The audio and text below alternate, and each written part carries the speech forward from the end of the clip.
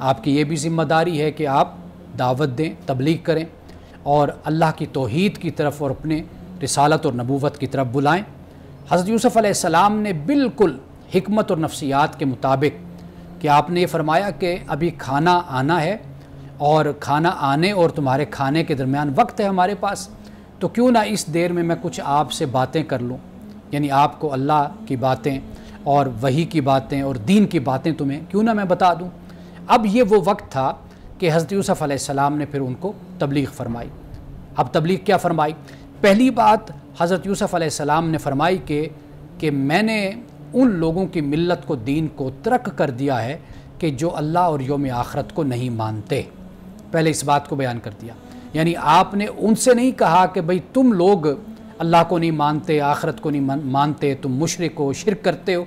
حضرت یوسف علیہ السلام نے یہ انداز اور یہ اسلوب نہیں اختیار کیا پہلے، بلکہ اپنے بارے میں یہ بتایا کہ میں یہ سب کچھ چھوڑ چکا ہوں، اللہ اور یوم آخرت کا جو لوگ انکار کرتے ہیں ان کے ساتھ میرا کوئی تعلق نہیں، کوئی نسبت نہیں۔ اب اس کے بعد حضرت یوسف علیہ السلام اتباع دین ابراہیمی کی بات کرتے ہیں، واتبعت ملت ابراہیم و اسحاق و یعقوب، فرمایا کہ میں نے ابراہیم، اسحاق اور یعقوب کا جو دین ہے اس کی میں نے پیروی کی، اس ملت کی میں نے پیروی کی، اور یہ بھی فرما دیا کہ ما کان لنا ان نشرک باللہ من شیء، اور ہمارے یہ لائق بھی نہیں ہے کہ ہم اللہ کے ساتھ کسی کو شریک ٹھہرائیں۔ اب یہ تبلیغ حضرت یوسف علیہ السلام نے ان سے کی، اور پھر آپ نے یہ ان سے سوال کیا۔ آپ نے فرمایا کہ کیا ایک خدا بہتر ہے یا کئی خدا، اور وہ ایک خدا کے جو واحد ہے اور قہار ہے۔ یہ حضرت یوسف علیہ السلام نے پہلی بات ان سے فرمائی، اور دوسری بات یہ فرمائی کہ تم لوگ اور تمہارے جو آبا ہیں وہ صرف اسماء سمیتموہا، یعنی ان کی پیروی کرتے ہیں کہ جن کے فقط نام ہیں، ما تعبدون من دونہ، یعنی اللہ کو چھوڑ کر صرف ناموں کی پیروی کرتے ہیں۔ یعنی ناموں سے مراد یہ ہے کہ بس سرسری طور پر، کہ جیسے جس میں کوئی حقیقت نہیں ہے، کوئی معنویت نہیں ہے، کوئی مقصدیت نہیں ہے، کوئی سچائی نہیں ہے، بس خود ہی نام رکھ دیے کسی کے اور پھر اس کی عبادت کرنا شروع کر دی۔ جیسے بت ہیں، ان کو رازق بنا دیا، ان کو مالک بنا دیا، ان کو خالق بنا دیا، اور ان کی طرف کئی نسبتیں کر دی اور پھر ان کی پوجا میں لگ گئے۔ تو فرمایا کہ تم اور تمہارے جو آبا ہیں وہ اسی طرح اللہ کو چھوڑ کر عبادت کرتے ہیں، پوجا کرتے ہیں صرف ناموں کی۔ اور پھر اس کے بعد آپ نے یہ فرمایا کہ اللہ سبحانہ و تعالیٰ نے اس پر کوئی دلیل بھی نازل نہیں کی، یعنی کوئی سلطان بھی نہیں تمہارے پاس کہ جو کچھ تم کرتے ہو۔ اب یہ حضرت یوسف علیہ السلام نے کہ ابھی کھانا نہیں آیا تھا، تو اس کھانے کے آنے کے دوران آپ نے تبلیغ فرمائی، انہیں اللہ کے دین کی جو سچائی اور حقیقت ہے اس کے بارے میں ان کو آگاہ کیا، اور یہ فرمایا کہ ذالک الدین القیم، کہ یہ سیدھا دین ہے، یہ مستحکم دین ہے، یہ پکا دین ہے۔ یہ بیان کرنے کے بعد اب آپ نے ان کے خوابوں کی تعبیر بتائی۔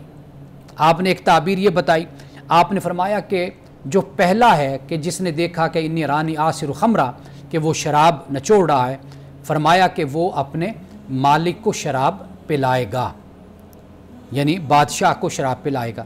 پہلے کے خواب کی تعبیر یہ بتا دی، اور دوسرے کے خواب کی تعبیر یہ بتائی کہ یہ جو دوسرا ہے اس کے سر کو پرندے کھائیں گے، یعنی اس کو پہلے کروسیفائی کیا جائے گا، فیسلب، یعنی صلیب چڑھایا جائے گا، اور پھر اس کے بعد اس کے سر کو یعنی اس کے دماغ کو پرندے کھا جائیں گے۔ یہ اس دوسرے خواب کی تعبیر آپ نے بتائی۔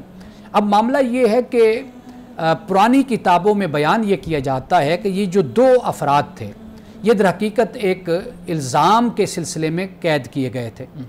جو شراب پلانے والا ساقی تھا وہ، اور دوسرا نان بائے تھا، یعنی جس کے سر سے پرندے اس کو کھائیں گے، تو وہ جو شخص تھا وہ نان بائے تھا۔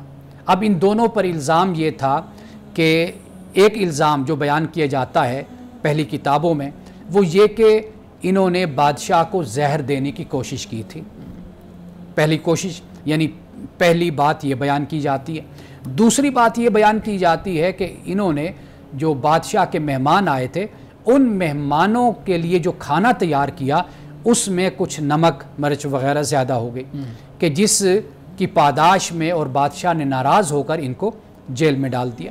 اب یہ دونوں واقعات پہلی کتابوں میں بیان کیے جاتے ہیں بہرحال، لیکن یہاں جو قرآن پاک بیان کر رہا ہے، قرآن یہ بتاتا ہے کہ پہلا جو انسا تھا وہ بادشاہ کو اس نے خواب میں دیکھا کہ وہ شراب نچوڑ رہا ہے، دوسرے نے دیکھا کہ اس کے سر پر چپاتیاں خبز ہے اور اس میں سے پرندے کھا رہے ہیں۔ بہت شکریہ مانا صاحب، بہت اچھی گفتگو آپ کر رہے تھے، لیکن یہاں پہ ہمیں ایک وقفہ لینا ہے۔ ناظرین ایک وقفہ لیتے ہیں، وقفے کے بعد دوبارہ ملتے ہیں۔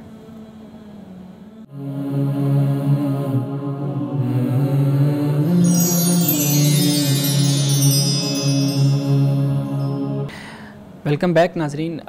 مانا صاحب پلیز آپ گفتگو کا آغاز کیجیے۔ جی، میں یہ بتا رہا تھا کہ اپنا جو دو افراد تھے کہ جن کی خواب کی تعبیر حضرت یوسف علیہ السلام نے بتائی، اب اس کے بعد قرآن پاک یہ بیان کرتا ہے کہ قضی الامر الذی فیہ تستفتیان، یعنی ایسے ہی فیصلہ ہوا ان کے معاملے میں کہ جیسے کہ حضرت یوسف علیہ السلام سے انہوں نے پوچھا تھا، حضرت یوسف علیہ السلام نے ان کو بتا دیا۔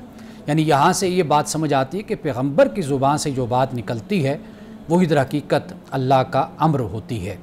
یعنی ایسا نہیں ہو سکتا کہ جو پیغمبر کہے اور جو فیصلہ دے اور اس کے برعکس کوئی نتیجہ نکلے۔ ایسا ہی ہوا کہ ان کے ساتھ یہی معاملہ ہوا۔ اب حضرت یوسف علیہ السلام نے یہ فرمایا کس سے؟ جسے آپ نے یہ تعبیر بتائی تھی کہ وہ شراب پلائے گا بادشاہ کو۔ وقال للذی ظن انہ ناج منہ اذکرنی عند ربک، کہ حضرت یوسف علیہ السلام نے کہا کہ جب تم اپنے بادشاہ کے پاس، اپنے رب کے پاس جب تم جاؤ گے تو وہاں پر میرا ذکر کرنا۔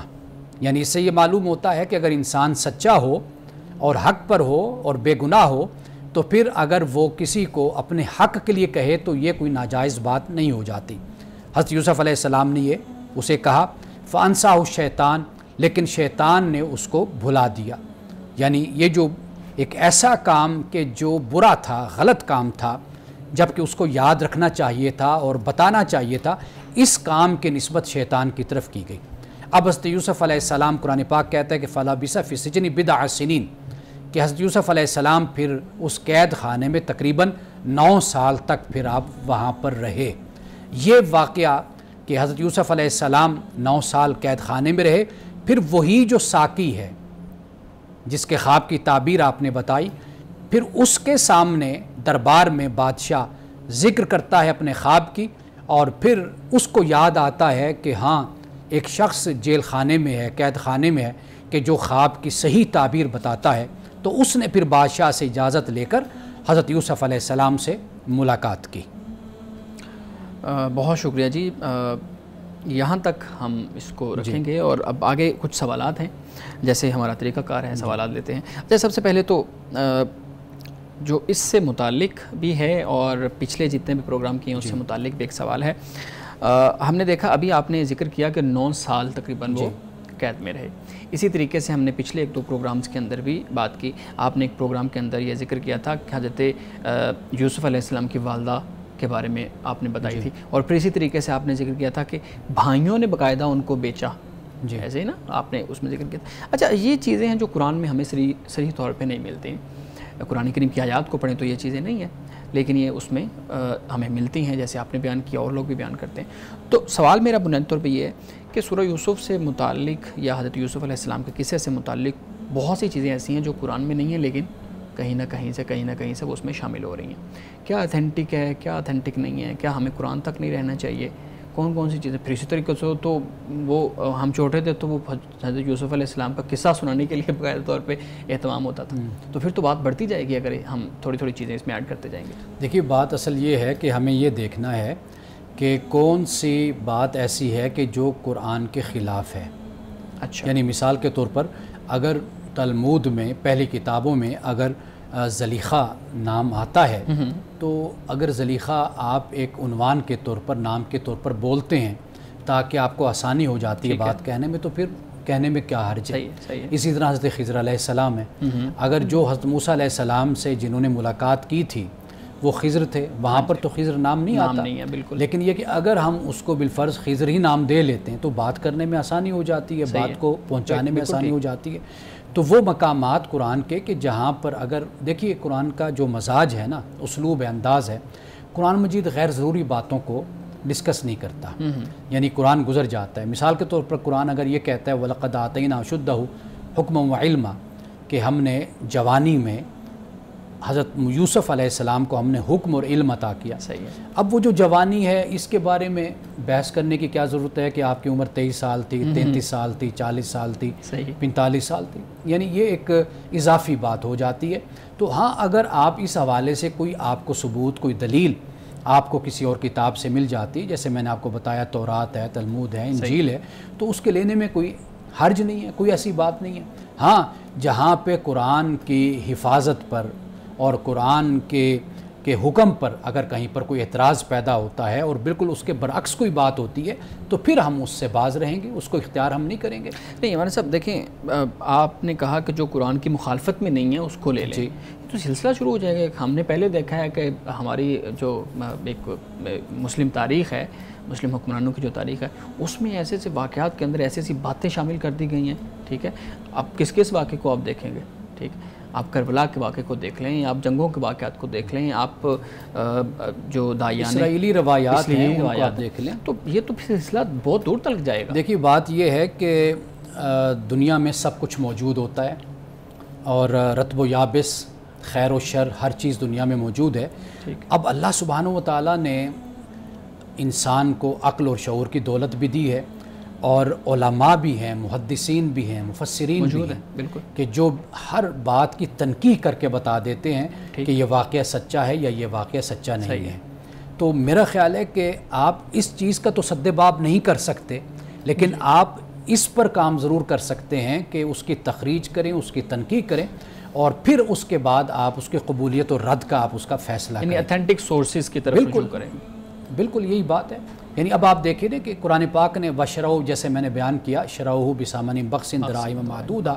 اب شرعو سے مراد کہ جو شرعو لفظ ہے اس کا مطلب خریدنا بھی ہوتا ہے, اس کا مطلب بیچنا بھی ہوتا ہے. خریدنا یہ بھی ہو سکتا ہے کہ بھائیوں نے بیچا ہو, قافلے والوں نے خرید لیا ہو کم قیمت پر ہی. یہ بھی ہو سکتا ہے کہ قافلے والوں نے بیچا ہو, کیونکہ آگے جا کر پھر عزیز مصر کا ذکر ہوگا. تو شرعوہ کا جو لفظ ہے یہ جمع کا صیغہ ہے, جمع غائب کا, تو یہ اشارہ اس سے بھائیوں کی طرف بھی جا سکتا ہے, اس سے اشارہ قافلے والوں کی طرف بھی جا سکتا ہے, تو دونوں معنی ہو سکتے ہیں. تو جہاں پر گنجائش ہے تو وہاں پر اس حساب سے ترجمہ, کسی نے اس طرف قبول کر لیا, اطمینان اس طرف تھا, کسی کا اطمینان اس طرف تھا, اس نے اس کو قبول کر لیا. لیکن آپ یہ دیکھیے کہ جو ذمہ داری ہوتی ہے نا مورخین کی, وہ یہ ہوتی ہے, مثال کے طور پر طبری ہے, ابن اسیر ہے یا دیگر کتابیں ہیں, انہوں نے سب کچھ جمع کر دیا نا. اب اس کی تنقیح کرنا, اس کو پڑھنا, اس کو سمجھنا, اس کو قبول کرنا, اس کو چھوڑنا, یہ پھر اپنے وقت کے علماء کی اور اپنے وقت کے طلباء کی پھر ذمہ داری ہوتی ہے. لیکن آپ نے جو بات کی ہے, کتابوں کے نام لیے ہیں, آپ نے کہا اس میں جمع کر دی گئی ہیں ساری چیزیں. ہمارے ہاں تو اس کو بالکل ٹوٹلی اتھینٹک سورس سمجھ کے بیان کیا جاتا ہے. وہ یہ نہیں دیکھتے کہ اس کی تخریج ہونی چاہیے یا نہیں ہونی چاہیے, بس اس میں لکھا ہے تو اتھینٹک ہے.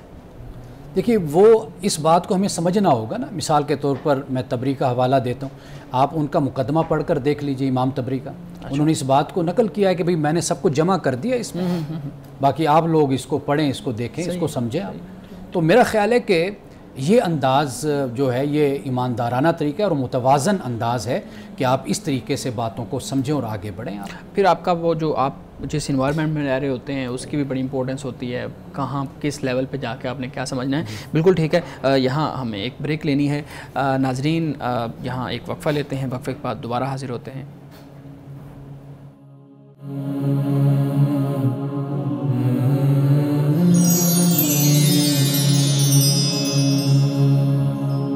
Welcome back. ناظرین ہم سوالات پوچھ رہے تھے جناب محمد امانت رسول صاحب سے. اچھا سر, اگلا سوال, امر اللہ تعبدوا الا. اب یہاں پہ بتایا جا رہا ہے کہ یعنی وہ شرک سے منع کرنا, خدا کی عبادت, یہ چیزیں ساری. ایک سوال پیدا ہوتا ہے ایک نوجوان کے ذہن میں جو آج چیزوں کو پڑھتا ہے, کتابوں کو کھنگولتا ہے, اسی طریقے کھنگالتا ہے, اسی طریقے سے باقی معاملات. تو سوال یہ پیدا ہوتا ہے خدا کو کیا ضرورت ہے ان عبادات کی. مطلب وہ بار بار یہ توجہ دلا رہا ہے کہ صرف میری عبادت کرو, میں ہی واحد ہوں, میں ہی یکتا ہوں, میری طرف ہی رجوع کرو. مطلب یہ کیا ایک خوف, مطلب ہم جب انسان آپس میں بات کر رہے ہوتے ہیں تو وہ ایک انسان اس لیے بار بار کہہ رہا ہوتا ہے کہ میری بات مانو, اس کو خوف ہوتا ہے کہ کہیں یار میں پیچھے نہ رہ جاؤں, کہیں میری بات کی اہمیت کم نہ ہو جائے. تو یہ سوال پوچھنے میں آتا ہے, سننے میں آتا ہے کہ یہ خدا کو بھی کس طرح کا معاذ اللہ کا مسئلہ ہے. دیکھیے پہلی بات تو یہ ہے کہ انسان پہ سب سے بڑا حق وہ خدا کا حق ہے. بالکل صحیح، بالکل. اس لیے کہ انسان کی زندگی، اس کا وجود اللہ تعالیٰ کے مرہون منت ہے، خدا کی دین ہے. تو بالکل سب سے بڑا جو محسن ہے انسان کا وہ خدا کی ذات ہے. صحیح ہے. اچھا، پھر یہ ہے کہ جو احسان کرنے والا ہے نا، کئی دفعہ ایسے ہوتا ہے کہ وہ آپ کی فیور میں نہیں ہوتا. یعنی احسان اس نے کر دیا، اب اس کے بعد اس کا تقاضا یہ ہوتا ہے کہ آپ اس کے لیے سب کچھ کرتے جائیں، بے شک وہ آپ کے حق میں ہے یا آپ کے خلاف ہے. لیکن یہاں پر معاملہ یہ ہے کہ جب اللہ سبحانہ و تعالیٰ یہ فرماتا ہے کہ میری ہی عبادت کرو، ایاک نعبد و ایاک نستعین، کہ تیری ہی ہم عبادت کرتے، تو تیری ہی عبادت کرنے میں جو اصل مقصود ہے وہ یہ ہے کہ آپ یوں سمجھ لیجئے کہ جیسے ایک ریاست ہے، ایک اسٹیٹ ہے، اس میں ایک قانون ہوتا ہے، ایک طرز زندگی ہے، وہاں پر ایک شخص ہے، یعنی ایک ریاست ہے، سوورینٹی اس کے پاس ہے، اقتدار اس کے پاس ہے. اسی طرح اس کائنات کا جو اقتدار ہے، جو مقتدر ہے، وہ خدا کی ذات ہے. تو جو اس کی ریاست میں، اس کے ملک میں اور جو اس کے اختیار میں رہے گا، تو پھر اس پر لازم ہے کہ وہ اس کے بنائے ہوئے اصول اور ضابطوں کو اختیار کرے. اور پھر یہ ہے کہ اللہ سبحانہ و تعالیٰ انسان کا خالق ہے، جو بنانے والا ہوتا ہے وہ اپنی بنائی ہوئی چیز سے واقف ہوتا ہے کہ اس کا مفاد کس میں ہے، اس کا نقصان کس میں ہے، یا کس طریقے سے روحانی طور پر، جسمانی طور پر ترقی کرے گا، آگے بڑھے گا، اس کی بھلائی کس میں ہے، اس کا مستقبل کس میں ہے، اس کی دنیا اور آخرت کی جو بھلائی اور کامیابی ہے وہ کس میں، وہ اللہ سبحانہ و تعالیٰ جانتا ہے. تو اللہ سبحانہ و تعالیٰ تو بے نیاز ذات ہے. قرآن پاک نے ہمیں بتایا کہ وہ مستغنی ہے، وہ غنی ہے، اس کو ہمارے سجدوں کی، ہمارے رکوع کی، ہماری عبادت کی، فرمانبرداری کی ضرورت نہیں ہے. لیکن اس کائنات کے نظام میں جو ربط ہے اور ضبط ہے، اس کو قائم رکھنے کے لیے اور فساد فی الارض سے اس زمین کو اور اس کائنات کو محفوظ رکھنے کے لیے یہ ضروری ہے کہ اس کی عبادت کی جائے اور اسی کے قانون کو اور اس کے حکم کو تسلیم کیا جائے. بالکل ٹھیک ہے. آخری سوال، ما تعبدون من دونہ الا اسماء. اب یہ کون سے اسماء ہیں؟ یعنی کن چیزوں کی بات ہو رہی ہے؟ صرف بتوں کی بات ہو رہی ہے، یا اس سے پہلے جتنے بھی ہم اس کو ادیان کہہ لیں، یا جتنے بھی چیزوں کی لوگ عبادت کرتے تھے، ٹھیک ہے، مظاہر قدرت بھی ہو سکتے ہیں، اور چیزیں بھی ہو سکتی ہیں، انسان کی اپنی بنائی چیزیں بھی ہو سکتی ہیں جیسے بت ہیں، باقی چیزیں ہیں. تو کون سی چیز اس پہ مراد ہے؟ صرف بتوں کی وہ ہو رہی ہے، اس پہ لائن لگائی جا رہی ہے، یا سر چیزوں پہ؟ یعنی یہ ایسے ہی ہے نا، آپ کو میں ایک مثال سے سمجھاتا ہوں کہ ہمارے ادارے میں کوئی شخص ہو اور ہم اس کو بہت بڑا عہدہ دے دیں اور اختیار اس کے پاس کچھ نہ ہو، تو اس بیچارے کی کیا ویلیو ہوگی. یہ ایسی ہے کہ مٹی ہے، آپ اس کا نام سونا رکھ دیں کہ یہ سونا ہے. تو یہی معاملہ ہے کہ ایک بت ہے، کوئی بھی ہے، کوئی ہیرو ہے، ہیروشپ بھی عبادت کا ہی معاملہ ہو جاتا ہے. تو جیسے لوگ بڑے فوت ہو گئے، چلے گئے دنیا سے، ان کے نام پر بت تخلیق کر لیے گئے، بنا لیے گئے. اب معاملہ یہ ہے کہ آپ نے ایک بت ہے، بے جان سا ہے، آپ نے اس کو کہا کہ یہ میرا رازق ہے، یہ اولاد دیتا ہے، یہ بارش برساتا ہے، یہ فلاں کام میں، جنگ میں کام آتا ہے. اب یہ نام دے دیا آپ نے. اب وہ تو صرف نام ہی ہے نا، ان کی اپنی حالت تو قرآن پاک یہ بیان کرتا ہے کہ اتنی بھی نہیں ہے کہ مکھی اگر ان کے ناک پر بیٹھ جائے تو اس مکھی کو بھی نہیں اٹھا سکتے. ضعف الطالب والمطلوب، قرآن کہتا ہے یہ طالب اور مطلوب کتنے کمزور ہیں. تو معاملہ اصل میں یہ ہے کہ ایک چیز ہے، ایک شخص ہے، اس کا اختیار ہی کوئی نہیں ہے، لیکن نام آپ نے اس کو بڑے بڑے دے رکھے ہیں. تو ہمارے ہاں جو یہ طریقہ اختیار کیا جاتا ہے، آپ دیکھیے کہ ایک شخص کے پاس بہت بڑا عہدہ ہے، لیکن آپ کہتے ہیں یہ بس نام ہی کا اس کے پاس عہدہ، اختیار تو کہیں اور سے ہے. یہ جو صورتحال بنتی ہے نا، اصل میں یہ وہ بات ہے کہ قرآن پاک بیان کر رہا ہے کہ بھئی یہ بت ہیں، بے جان سے ہیں، بے سود سے ہیں، ان کے اندر جان ہی نہیں، طاقت ہی نہیں، یہ تمہارا کیا کریں گے؟ اللہ کی ذات تو حی ہے، قیوم ہے، لا تاخذہ سینۃ ولا نوم ہے، نہ اسے اونگ آتی نہ اسے نیند آتی، اس کے پاس اتنا اختیار ہے. ٹھیک ہے نا جی. اب جو دوسرا معاملہ ہو جاتا ہے بتوں کا، وہ یہ ہو جاتا ہے کہ نام بڑے بڑے دیے ہوئے ہیں اور حالت ان کی یہ ہے کہ ان کے پاس کچھ بھی نہیں کہ وہ کیا دے سکیں گے. تو قرآن پاک میں ایسی بہت سی مثالیں ہیں جسے قرآن پاک نے بیان کیا. تو در حقیقت یہ اشارہ ہے کہ تم اور تمہارے بڑوں نے ان کو نام تو بڑے دیے ہوئے ہیں، لیکن اختیار نام کے ان کے پاس کوئی چیز نہیں ہے. اختیار صرف اور صرف اللہ کے پاس ہے. بالکل ٹھیک ہے، بہت شکریہ. ناظرین، ہمارے پروگرام کا جو دوسرا حصہ ہے اس میں آپ لوگوں کو معلوم ہے کہ ہم کچھ ایسے سوالات امانت صاحب کے سامنے رکھتے ہیں جن کے جوابات جاننا بہت ضروری ہوتا ہے.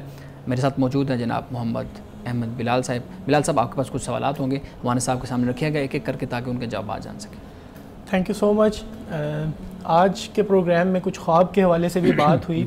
میرا سوال بھی اسی کے متعلق ہے. پہلے تو میں یہ جاننا چاہوں گا کہ اسلامک پوائنٹ آف ویو سے یہ بتائیے گا خواب آتے کیوں ہیں, اور کیا خوابوں کا ہماری عملی زندگی سے بھی کوئی لنک ہوتا ہے؟ جیسے ہم دیکھتے ہیں یہ خواب بچپن میں بھی بہت زیادہ آتا تھا, اور ابھی بھی کئی لوگ بتاتے ہیں جیسے بہت اونچائی سے نیچے گرنا, پھر کئی لوگ خواب میں خود کو مرتا ہوا دیکھتے ہیں. تو ان خوابوں کا کیا کوئی عملی زندگی سے بھی تعلق ہوتا ہے؟ اچھا, پہلی بات جو آپ نے خواب کے حوالے سے کی نا, اسلامی حوالے سے, قرآن مجید میں مختلف خوابوں کا ذکر ہے. ابھی ہم نے حضرت یوسف علیہ السلام کا خواب کچھ دن پہلے ہم نے پڑھا, بالکل. اب اس کے بعد بادشاہ کا خواب آئے گا, اور حضرت ابراہیم علیہ السلام کے خواب کا ذکر بھی قرآن مجید میں بیان ہے. اب جو بادشاہ کا خواب تھا نا, وہ ہم کل اس پر بات کرنی ہم نے, وہ ادغاث و احلام یعنی پراگندہ خواب. اب یہ جو پراگندہ خواب ہوتے ہیں وہ اسی طرح کے ہوتے ہیں, کبھی بلندی پر چڑھ گئے, کبھی لگا کہ نیچے آ گرے ہیں, اور کبھی بہت تیزی سے گزر رہے ہیں. تو یہ خواب یہ منتشر خواب ہوتے ہیں. اس کو رسول اللہ صلی اللہ علیہ وسلم نے ایک لفظ رویا استعمال فرمایا, ایک حلم کا لفظ استعمال کیا. حلم ہوتے ہیں, فرمایا کہ یہ من الشیطان ہے, یہ شیطان کی طرف سے. رویا جو ہے فرمایا وہ من الرحمن, وہ رحمان کی طرف سے ہے. تو قرآن مجید میں جو انبیاء علیہ السلام کا خواب ہے یہ اصل میں وہ رویا ہے, یعنی وہ ایسے ہی ہے کہ جیسے دن روشن ہو تو سورج کا یقین ہوتا ہے, اس طرح روز روشن کی طرح یہ خواب ہوتے ہیں. یعنی بالکل ایسے ہی کہ جیسے خواب میں دکھایا گیا ویسا ہی ہوتا ہے. یہ اسے رویا صادقہ ان کو کہا جاتا ہے کہ یہ سچے خواب ہیں. ایک بات. دوسری بات جو آپ نے کہی ہے کہ یہ باقاعدہ طور پر ایک علم ہے, یعنی آپ یوں سمجھ لیجئے آج جو جدید نفسیات ہے وہ اس پر روشنی ڈالتی ہے. مثال کے طور پر کہتے ہیں کہ یہ ایک بہت بڑی دنیا ہے, ماہرین نفسیات کہتے ہیں کہ یہ اتنی بڑی دنیا ہے کہ آپ خوابوں کے ذریعے سے اپنے مستقبل کا تعین کر سکتے ہیں کہ آپ سے کوئی حادثہ نہیں ہونے والا, کہیں ایسا تو نہیں ہے, کوئی آپ کی پروموشن ہونے والی ہے, آپ کو فلاں کامیابی ملنے والی, یا کوئی فلاں ناکامی, کوئی امتحان, کوئی مصیبت, کوئی تکلیف. وہ کہتے ہیں کہ خوابوں کے ذریعے سے آج کی جدید نفسیات کہتی ہے کہ آپ متعین کر سکتے ہیں. اچھا, یہی باتیں یعنی اگر آپ ماضی میں چلے جائیں, اپنا محمد ابن سیرین جو خوابوں کی تعبیر الرؤیا میں مشہور ہیں, وہ ان کی کتابیں بھی اس پر موجود ہیں, اور لوگ ان کے پاس جا کر خوابوں کی تعبیر بھی پوچھا کرتے تھے. یہ بھی آپ یوں سمجھ لیجئے کہ باقاعدہ طور پر ایک علم ہے. لوگ پھر اس میں مہارت بھی حاصل کرتے ہیں, اور مہارت کے ساتھ ساتھ یہ ہوتا ہے کہ کچھ لوگوں کا ذوق بھی ہوتا ہے, شوق ہوتا ہے, وہ اس کو زیادہ سے زیادہ پڑھتے ہیں, سمجھنے کی کوشش کرتے ہیں, اور باقاعدہ طور پر پھر اس کا علم بھی حاصل کرتے ہیں. یہ دوسری بات ہو گئی. یعنی خواب کا آپ انکار نہیں کر سکتے. آپ یہ نہیں کہہ سکتے کہ جی خواب ہوتے نہیں ہیں, ان کا وجود ہی نہیں ہے, یا ان کی کوئی حقیقت نہیں ہے. ایسا نہیں ہے. انبیاء علیہ السلام کے خواب بھی ہمارے سامنے, اللہ کے نیک بندوں کے خواب بھی ہمارے سامنے. تیسری بات جو آپ نے کہی, رسول اللہ صلی اللہ علیہ وسلم نے خود اس کے بارے میں بتا دیا کہ کئی دفعہ خواب ایسے ہوتا ہے کہ جیسے انسان کا سٹومک ڈسٹرب ہوتا ہے, تبخیر ہوتی ہے, اور اکثر طور پر جو بچوں کو ڈراؤنے خواب آتے ہیں وہ کئی دفعہ اس وجہ سے بھی ہوتے ہیں. یعنی دودھ پیتے ہیں یا کچھ ایسی چیز کھا لیتے ہیں جس سے ان کا سٹومک ڈسٹرب ہوتا ہے, تو وہ رات کو پریشان ہوتے ہیں. خواب اس طرح کے ڈراؤنے قسم کے آتے ہیں. مثال کے طور پر بچہ ہے, اسکول میں پڑھتا ہے, وہاں پر ٹیچر سختی کرتی ہے یا ٹیچر مارتا ہے, استاد ہے. اب وہ جو ایک خوف ہوتا ہے استاد کا, وہ سارا دن اس پر حاوی رہتا ہے. جب وہ خواب میں جاتا ہے, سوتا ہے, خواب میں اس کو وہی ڈر اس کے سامنے آ جاتا ہے. یہ صورتحال بھی ہو جاتی ہے. تیسری بات یہ بھی ہو جاتی ہے کہ جیسے ایک بشارت کے طور پر ہوتا ہے, یعنی انسان کچھ سوچتا ہے, اپنے لیے اچھا سوچتا ہے, اللہ تعالیٰ اس کے لیے رہنمائی بھی فرماتا ہے. جیسے ہم جس کو استخارہ بھی ہم کہتے ہیں, بالکل استخارہ کا مطلب ہی خیر لینا ہوتا ہے. یعنی انسان سوتا ہے, اللہ سے دعا کر کے سوتا ہے, یا اللہ مجھے اس معاملے میں جس میں کنفیوزڈ ہوں, میرے سامنے 2 نہیں 3 4 راستے ہیں, ان میں تو میری رہنمائی فرما دے. بالکل صحیح. تو اللہ کی طرف سے ممکن ہے کہ پھر اس کے لیے رہنمائی کا بھی انتظام ہو جائے. تو لہٰذا ہم خوابوں کے بارے میں انکار نہیں کر سکتے, لیکن جو اس کا ماہر ہو اس سے ہمیں رابطہ کرنا چاہیے, اس کے بارے میں, اس سے جا کر ہمیں اس کے بارے میں پوچھنا چاہیے. بالکل چاہیے. بالکل. سائنس تو یہ بھی کہتی ہے کہ بندہ جو رات کو سوچ کے سوئے وہی کچھ خواب میں آ جاتا ہے. لیکن انسان جو ہے نا وہ اللہ نے اس کو روح بھی دی ہے, اور اس کو اللہ نے دماغ بھی دیا ہے. اگر ایک چیز سوتی ہے دوسری چیز جاگتی بھی ہے انسان. مجھے لگتا ہے شعیب صاحب ناظرین میں آپ لوگوں کو انٹرپٹ انٹرپٹ کر رہا ہوں, ہمیں یہاں پہ ایک بریک لینی ہے. ناظرین ہمارے ساتھ رہیے گا.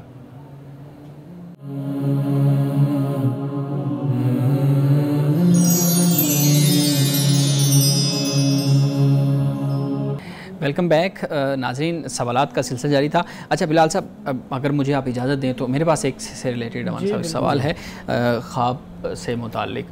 اچھا یہ بھی کہا جاتا ہے خواب نبوت کے اجزاء میں سے ہے, یہ بھی کہا جاتا ہے کہ کچھ خواب خدا کی طرف سے ہوتے ہیں, جیسے آپ نے بھی بات کی کہ کچھ خواب شیطان کی اس سے بھی ہوتے ہیں. اچھا پھر یہ ہے کہ کچھ خوابوں کی تعبیر صحیح ہے, کچھ خوابوں کی تعبیر نہیں صحیح. پھر یہ ہے کہ کچھ خواب جو ہے نا وہ ہم کہتے ہیں کہ نہیں اس پہ نہ سوچو, ٹھیک ہے, کچھ خوابوں کی تعبیر ہم لے بھی لیتے ہیں, اور پھر کچھ ہم باعث بھی ہو جاتے ہیں کہ جو خواب ہمارے فائدے کے ہوتے ہیں ان کی تعبیر لے لیتے ہیں, اور جو فائدے کے نہیں ہوتے ہیں ان کو ہم کہتے ہیں کہ نہیں یہ شیطان کی طرف سے ہوگا. اور پھر ابھی آپ نے بات کی کہ بچوں کو بھی اس طریقے سے بچے ڈر جاتے ہیں, اکثر دیکھا ہم نے, سو رہے ہیں ڈر گئے, تو وہ ہوتا ہے جن کو وہ خواب آ رہا ہوگا ڈر گئے. سوال بنیادی طور پر میرا یہ ہے کہ اگر یہ جو ہمارے ہاں کہا جاتا ہے کہ یہ شیطان کی طرف سے ہیں اور یہ خدا کی طرف سے ہیں, یہ اچھے ہیں, یہ خواب برے ہیں, ان کو سوچو ان کو نہ سوچو, بچوں کے لیے شیطان کا کیا کام؟ مطلب ایک 4 ماہ کا 5 ماہ کا بچہ ہے, اس کو شیطان آ کے ڈرا رہا ہے اس کے اندر, یہ کس طرح کا معاملہ ہے؟ اچھا پہلے میں آپ کو نا یہاں پر ایک خواب سنا دیتا ہوں, بتا دیتا ہوں. ابن سیرین کے پاس ایک شخص آیا اور اس نے کہا کہ بھائی میں نے خواب میں دیکھا ہے کہ بھائی میری چارپائی کے نیچے آگ لگی ہوئی ہے, غالباً ایسا کوئی خواب اس نے دیکھا. تو آپ نے اسے کہا کہ بھئی جلدی دوڑو بھاگو, تمہارے گھر میں آگ لگنے والی ہے. اچھا تو وہ بھاگ کر گیا گھر میں, کہا کہ بھئی اپنا تھوڑا بہت سامان نکال لو گھر سے باہر, تمہارے گھر کو آگ لگنے والی. اس نے جلدی جلدی سامان نکالا تو آگ لگ گئی, گھر گر گیا. یہ ایک خواب یہ تھا, یہ آپ نے تعبیر بتا دی. اچھا پھر ایک اور شخص آیا, اس نے بھی یہی خواب بتایا کہ میری چارپائی کے نیچے آگ لگ گئی. تو آپ نے فرمایا کہ تم گھر کو کھودو اور تمہارے وہاں سے خزانہ نکلے گا, سونا نکلے گا. تو سونا نکل آیا. یعنی خواب ایک ہی طرح کے ہیں, ایک ہی خواب کی دو الگ تعبیریں. اب کہاں پر یہ تعبیر مختلف ہوئی؟ وہ یہ ہوئی کہ جسے آپ نے یہ فرمایا کہ دوڑو آگ لگ جائے گی تمہارے گھر کو, در حقیقت وہ موسم گرمی کا تھا. جی اب اس میں واضح بات ہے کہ گرمی کے موسم میں آگ کو انسان پسند نہیں کرتا, انسان کو اچھی نہیں لگتی آگ. اور جو دوسرا پوچھنے آیا تھا کہ میری چارپائی کے نیچے آگ لگ گئی, اسے فرمایا سونا ہے. اس نے یہ خواب دیکھا تھا سردیوں میں, اور سردیوں میں جو آگ ہوتی ہے یہ انسان اس کو پسند کرتا ہے, سیکتا ہے, اور اس کو اس سے حرارت ملتی ہے, گرم ہوتا ہے انسان اس سے. اور گرمیوں میں آگ سے انسان بھاگتا ہے, اسے پسند نہیں کرتا. اب آپ یہ دیکھ لیجئے کہ خواب ایک جیسے لیکن ان کی تعبیریں ابن سیرین نے مختلف بتائی ہیں. تو اس لیے باقاعدہ طور پر یہ ایک علم بن جاتا ہے. دوسری بات جو ہے آپ دیکھیے کہ انگلش میں جو ہم بولتے ہیں نا ویٹ ڈریم, احتلام, تو یہ جو ویٹ ڈریم ہے یہ بھی تو خواب ہی کی ایک قسم بن جاتی ہے نا. تو اب اس کو بھی بیان کیا گیا, جو شریعت نے بھی بیان کیا, فقہ میں بھی پھر اس پر مسائل بھی ہمارے علماء فقہاء نے بیان کیے. تو گویا کہ ان چیزوں کا بھی ایک بیک گراؤنڈ ہوتا ہے. اور جو آپ نے آخری بات کی کہ یہ جو نبوت میں سے کہتے ہیں کہ نبوت کے اجزاء کا لفظ نہیں بولنا چاہیے, آپ یہ کہہ سکتے ہیں جیسے ایک خصوصیت ہے, خصائص ہے, آپ یہ کہہ سکتے ہیں. یعنی مثال کے طور پر جیسے انبیاء علیہ السلام کے لیے ایک خواب خوشخبری ہوتے ہیں اور صادق اور رویا صادقہ ہوتے ہیں, اسی طرح اگر کسی غیر نبی کو, کسی شخص کو, مومن کو اگر کوئی خواب آتا ہے اور وہ اس کے لیے ایک بشارت بن جاتا ہے, اسی طرح جیسے انبیاء علیہ السلام کے لیے خواب بشارت ہوتے ہیں. تو ایک خصوصیت یا خاصیت آپ یہ لفظ بول لیں, لیکن جو یہ اجزاء کا معاملہ ہے تو میرا خیال ہے کہ یہ اس کا جو ترجمہ یہ کیا جاتا ہے یہ درست نہیں ہے. صحیح. بلال صاحب پلیز. جی سر, میرا سوال یہ ہے کہ اسلامی اصطلاحات کے لیے جو مخفف استعمال کیے جاتے ہیں, جیسے کہ السلام علیکم کے لیے AOA کا میسیج آ جانا, انشاءاللہ کے لیے, تو ان ٹرمینالوجیز کے لیے کیا یہ مخفف استعمال کرنا صحیح ہے؟ دیکھیے پہلی بات تو یہ ہے کہ آپ کے ہاں یہ چیزیں جو رائج ہوئی اس کی وجہ کیا ہے. پہلے تو اس بات پر آپ غور کریں نا, وہ یہ ہے کہ انسان کی زندگی بہت فاسٹ ہو گئی. یعنی میں یہ سن رہا تھا اور آپ بھی میرے ساتھ ہی سن رہے تھے کہ پہلے انسان کا جو فوکس کرنا تھا وہ زیادہ تھا. بالکل. یعنی ہمارے بڑوں کا جو فوکس کرنا تھا وہ 16 منٹ تک غالباً ایک وقت میں کنسنٹریشن ہم دیتے تھے. 16 منٹ ہاں ایک چیز پر. یعنی مثال کے طور پر لیکچر ہے یا کوئی ڈرامہ ہے, کوئی آپ کوئی سن رہے ہیں, کوئی واز سن رہے ہیں, 16 منٹ تک. اب صورتحال یہ بن گئی ہے کہ 1 منٹ بھی نہیں رہی غالباً. ایسے ہاں کنسنٹریشن 1 منٹ بھی نہیں رہی. اب یہ صورتحال ہم لوگوں کی ہو گئی ہے.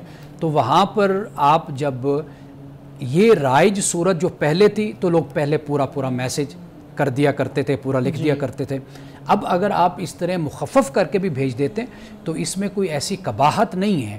یعنی پڑھنے والا آپ کے اس میسج کو اسی طریقے سے ہی پڑھ رہا ہے. جیسے السلام علیکم اگر آپ اے لکھتے ہیں تو واضح بات ہے کہ دوسرا اس کو السلام علیکم ہی پڑھ رہا ہے. اور یہ جو زبان ہے یہ کئی زمانوں سے رائج بھی ہے. جیسے ہم اس کو کیا کہتے ہیں, ایک شارٹ ہینڈ جیسے ہم کہتے ہیں, وہ بھی موجود ہے. اس کے علاوہ دیگر زبانوں میں بھی یہ چیز رائج ہوتی ہے. تو لہٰذا اگر اپنے زمانے اور وقت کے لحاظ سے اگر کوئی ایسا کرتا ہے تو اس میں کوئی ایسی شرعی ممانعت تو نہیں ہے. جی سر, بہت شکریہ. شعیب صاحب مجھے بتائیں اگر ٹائم ہے. جی وقت ہے, پلیز آپ. جی سر میرا سوال یہ ہے, بہت میں چاہتا ہوں آپ اس کو ڈیٹیل آنسر کیجئے گا. عورت بغیر محرم کے سفر کر سکتی ہے, نہیں کر سکتی؟ آج کل یونیورسٹی جانا ہوتا ہے, جابز پہ جانا ہوتا ہے, ان سارے معاملات میں عورت تنقید کا نشانہ بنتی ہے بہت سارے علاقوں میں ابھی بھی, کہ وہ اکیلی کہیں جائے باہر. تو اس بارے میں آپ وضاحت سے بتائیے. انٹرنیشنل اسکالرشپس بھی اس میں ایڈ کر لیجئے کہ وہ اس کے لیے تو یہ محرم والا معاملہ نہیں رہتا. پھر یونیورسٹیز میں باقاعدہ بھیجا جاتا ہے گروپس کی صورت میں. دیکھیے اس میں یہ بات یاد رکھیے کہ جب آپ علیہ الصلوۃ والسلام نے یہ فرمایا, خاص طور پر حج کے حوالے سے یا عمرے کے حوالے سے, فقہاء کرام نے بھی اس کو بیان کیا ہے, تو وہاں پر اصل جو مقصود ہے وہ عورت کی عزت ہے, اس کی جان ہے, اس کا مال اور اس کی آبرو ہے. عورت کے چونکہ لوگ صحراؤں میں سفر کرتے تھے, جنگلوں میں سفر کرتے تھے, اور لوگوں کا سفر گھوڑوں پر ہوتا تھا, اونٹوں پر ہوتا تھا, اور پھر راستے میں ڈکیتیاں ہوتی تھیں اور راہزن ہوتے تھے. تو یہ مسائل, پھر یہ کہ اس طرح کی سڑکیں, روڈ بھی نہیں ہوتے تھے, تو جو لوگوں کا سفر ہوتا تھا وہ بڑا مشکل ہوتا تھا. تو رسول اللہ صلی اللہ علیہ وسلم نے اس حوالے سے یہ فرمایا. اب آپ خود دیکھیے کہ فقہاء نے اس بات کو بیان کیا ہے کہ اگر عورت ایک گروپ میں جاتی ہے تو وہ حج پر بھی جا سکتی ہے, عمرے پر بھی جا سکتی ہے, اس میں دیگر عورتیں بھی ہیں, اس میں مرد بھی ہیں. اب ایسی عورت کہ جس کا محرم نہیں ہے وہ اس گروپ میں شامل ہو کر بھی چلی جائے. بالکل صحیح. یعنی ایک صورت, استثنائی صورت ہمارے سامنے آ جاتی ہے.